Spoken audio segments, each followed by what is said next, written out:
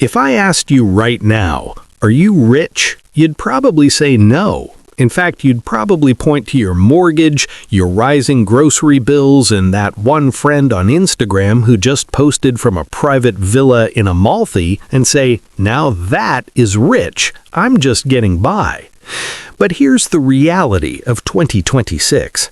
Almost nobody in America thinks they're wealthy.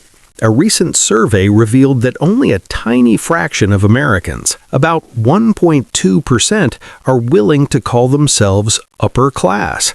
We are a nation of people who feel middle class, no matter how many zeros are in our bank account. Today, we are going to look at the cold, hard data. We're breaking down the exact numbers you need to earn and the assets you need to own to crack the top 10%, the top 5%, and the elusive top 1% in the United States today.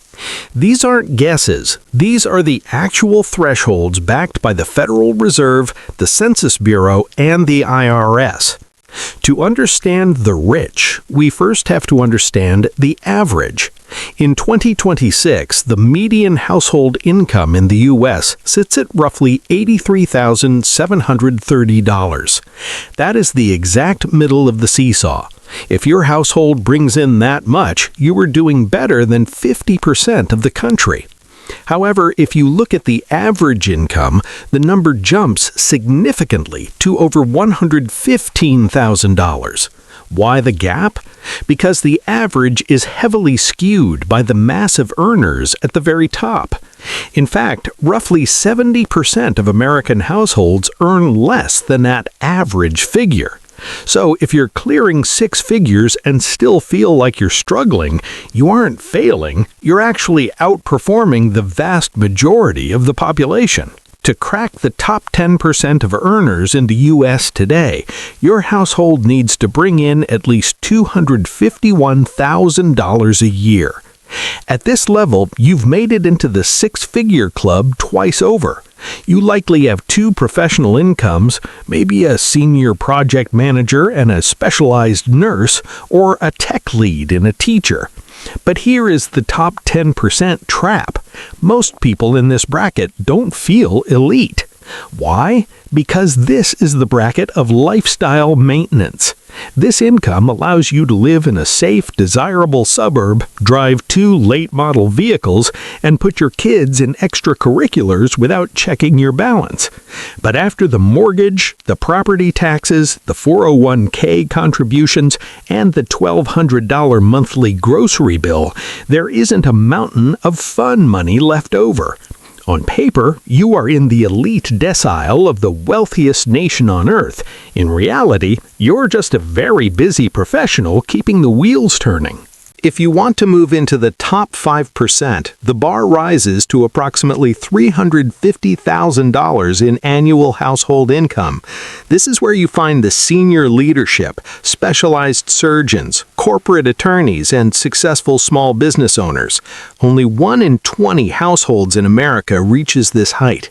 At $350K, the financial pressure starts to ease, if you live in a place like Houston or Atlanta.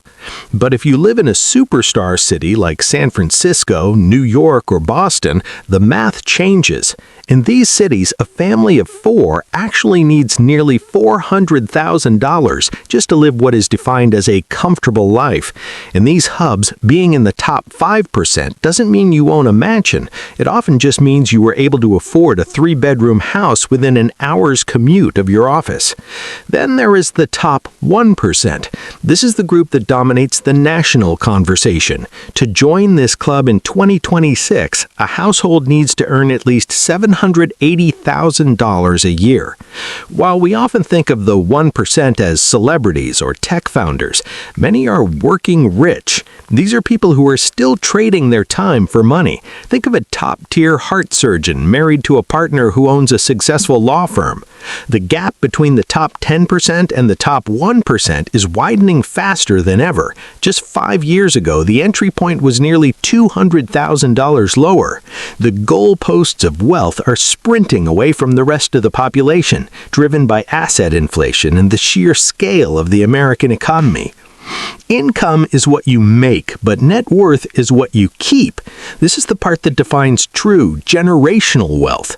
The median net worth in the U.S. is about at $192,000, but to be in the top 1% of net worth, you don't just need a high salary, you need $13.7 million in total assets. There is a massive wealth gap here. In 2026, the baby boomers hold the highest median net worth at roughly $1.6 million per household, largely due to decades of home equity and stock market growth. Millennials, by comparison, have a median net worth of only $220,000. Wealth in America isn't usually built by a single high-paying year. It's built by staying in the market for 30 years. This is when a 65-year-old retired teacher who bought a house in 1985 for $80,000 often has a higher net worth than a 30-year-old software engineer earning $300,000. Location is the ultimate wealth killer. Let's look at what it costs to live comfortably using the 50-30-20 rule in different U.S. cities in 2026. New York City. A single adult needs $158,000 just to be comfortable. A family of 4, over $330,000. San Francisco. A family of 4 needs a staggering $407,000 to maintain a standard middle-class lifestyle. Houston, Texas. The same family can live comfortably on $230,000. If you earn $250,000 in Houston, you are genuinely rich in your local context. If you earn that same $250,000 in Manhattan, you are technically struggling to hit the basic comfort threshold for a family. This is why so many people feel broke, despite earning salaries that would have been unimaginable to their parents. Here is the part we always forget. Globally, the United States is the billionaire of nations. If you have a net worth of $100,000, which is less than the price of a modest condo in most states, you are wealthier than 90% of the human population. The UBS Global Wealth Report shows that nearly 40% of the world's adults have a net worth of less than $10,000. If you have a car, a roof over your head that you own, and a retirement account with 5 figures in it, you are a global elite. We don't feel it because we aren't comparing ourselves to the global average. We're comparing ourselves to the person in the Tesla next to us at the red light. Why does it never feel like enough? Psychologists call it the hedonic treadmill. When you were earning $40,000, you thought, if I could just make $80,000, I'd be set. Then you hit $80,000 and your car broke down, you moved to a nicer apartment, and suddenly you thought, if I could just make $150,000, then I'd be rich.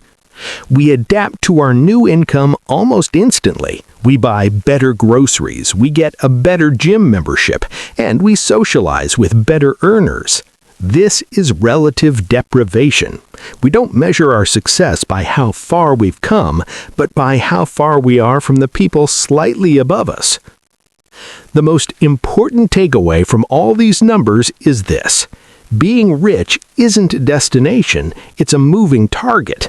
If you wait until you hit the top 1% to feel successful, you will spend your whole life feeling like a failure.